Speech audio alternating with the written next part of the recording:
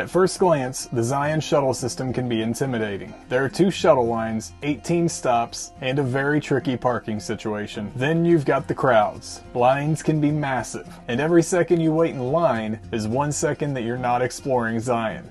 All that being said, the Zion shuttles aren't that bad. Sure, there's a learning curve, but with the right information, you can be a step ahead of everyone else. So in this episode, I'm going to take the mystery out of the Zion Canyon Shuttle System so you can navigate it with ease. I'll let you know about the Zion Canyon Scenic Drive, I'll give you strategies for parking at the Zion Canyon Visitor Center, I'll give you some basic details about the shuttles, and I'll give you a quick overview of each stop in Zion Canyon. I also understand this can be a lot to keep up with, so I created a free Zion Starter Guide. The Starter Guide will give you an overview of the park, and it will go into more detail about the shuttles and parking. The Zion Starter Guide is available for free at the link in the description. The Zion Canyon Scenic Drive has always been one of the park's most popular attractions. This road winds through Upper Zion Canyon, while it passes landmarks like the Zion Lodge, Angel's Landing, and the Narrows. This scenic drive is gorgeous, but in the late 90s, the park reached a tipping point. The scenic drive had too many visitors, so instead of adding parking, the park added an entire shuttle system and closed the Zion Canyon Scenic Drive to private vehicles. Now if you want to go into Zion Canyon, you have to use the shuttles. There are a couple exceptions, but I'll get to those later. The Zion Canyon Shuttle System has 2 lines, the Springdale line and the Zion Canyon line. These 2 shuttle lines meet at the Zion Canyon Visitor Center. So the Visitor Center serves as the shuttle hub. This means everybody that wants to visit Zion Canyon passes through the Visitor Center. In 2022 alone, Zion shuttles had 5.2 million boardings. Do the math on that one. This area gets busy fast, and because it's the only way into the canyon, it's a bottleneck point. The lines get bigger throughout the day, and most days parking is non-existent by 8 a.m. I'm not exaggerating when I say parking is the toughest part about riding the Zion Canyon shuttles. The easiest way to get a parking spot is to get there early. We always ride the first shuttle into the canyon so we can avoid the crowds.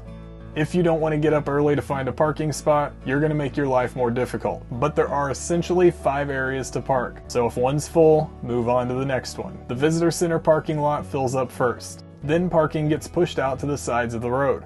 Once the road fills up, people start parking at the Zion Human History Museum. After the museum fills up, parking is pushed all the way out to Canyon Junction. Here's something to keep in mind. The Human History Museum is stop number 2 for the Zion line, and Canyon Junction is stop number 3. A lot of people make the mistake of thinking they can park at these locations, then ride the shuttle straight into the canyon. It doesn't work like that. Both of these shuttle stops are down canyon only. This means if you board the shuttle at one of these stops, you'll have to ride all the way back to the Visitor Center. Then you'll be forced to exit the shuttle and re-enter the line. Then after you wait in line, you can board the shuttle and ride into the canyon. Of course, if all else fails, you can also park in Springdale. You'll have to pay for parking, then ride the Springdale line to the Visitor Center, then wait in line to board the shuttle. If all of these options sound rough, it's because they are. All of these options waste a lot of time, but there's one secret to getting around all of it. It's literally just getting up early. That's it. There's nothing complicated about it.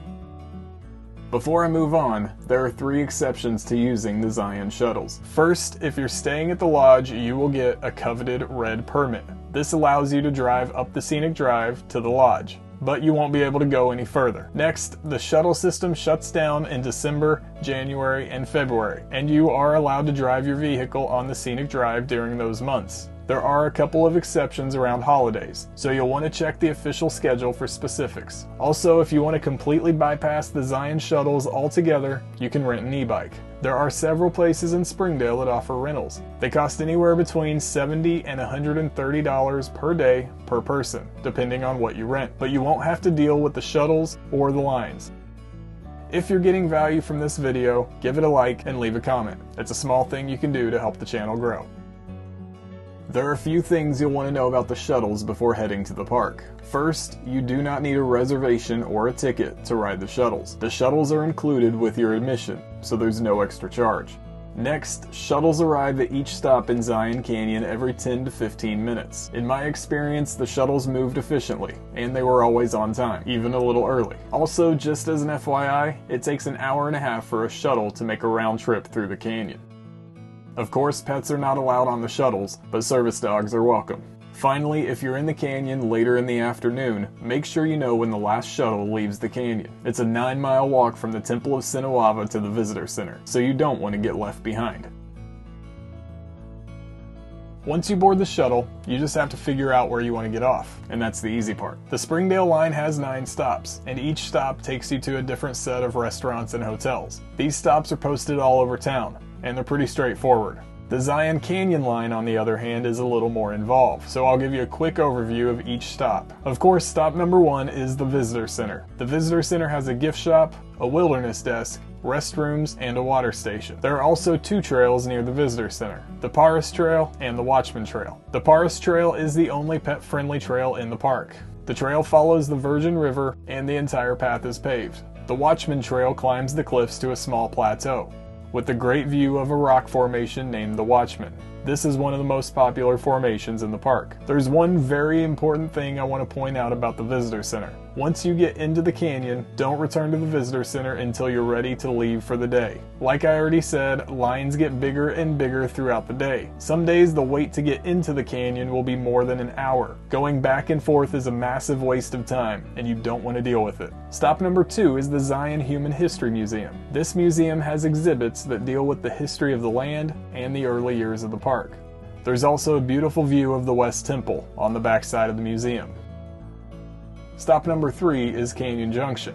This is where the Zion shuttles turn into Zion Canyon. You can get off here and hike the Paris Trail back to the Visitor Center, but there's not much else. Stop number 4 is the Court of the Patriarchs. This is a quick stop with a viewpoint towards 3 peaks, known as the Patriarchs. These formations were named after the biblical patriarchs, Abraham, Isaac, and Jacob.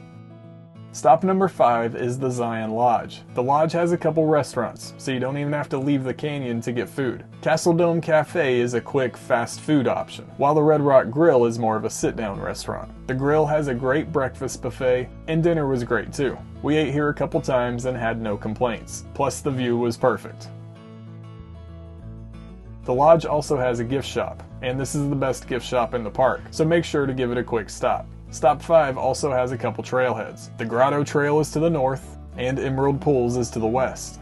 Emerald Pools is the best trail at Stop 5. The trail passes 3 pools that cascade over the cliffs, and there are a few nice waterfalls sprinkled along the trail. Upper Emerald Pool even has a 300-foot seasonal waterfall, and the best time to see it is in spring, when the water flows hard. Stop number 6 is the Grotto. This will get you to Scout Lookout and Angel's Landing. You will need a permit for Angel's Landing, but if you don't get one, you can still hike to Scout Lookout. You only need a permit for the chain section, which is the last 0.4 miles of the trail. But you can still get great views if you just go to Scout Lookout. If you're looking to do Angel's Landing, I made a full walkthrough where I explain the permit process, preparations, and how to hike the trail. You can watch that video at the link in the description. Stop number 7 is Weeping Rock. Unfortunately, this area has been closed indefinitely. 2 big rock slides happened in the last few years, and the park closed the area due to safety concerns. Now the buses just pass by this stop. Stop number 8 is Big Bend. This is a down canyon only stop. This is where the Virgin River bends around Angel's Landing. There's not a lot at this stop, but if you look at the cliffs to the east, you might see rock climbers. Also, there's a nesting pair of California condors around Angel's Landing, so if they're around, you'll be able to see them from Big Bend. Stop number 9 is the Temple of Sinewava. In the spring, during the snowmelt, you can see massive seasonal waterfalls tumbling off the cliffs. But this stop is known for its trails, mainly the Narrows. The Narrows is a must-do hike when you're in Zion. This is a one-of-a-kind experience, and it's incredible. A lot of people make the mistake of thinking you have to hike the whole trail. You don't. You can just hike until you feel like turning around. But make no mistake, the Narrows is a bucket list stop for every hiker. I made a full walkthrough for the Narrows, and you can watch it right here.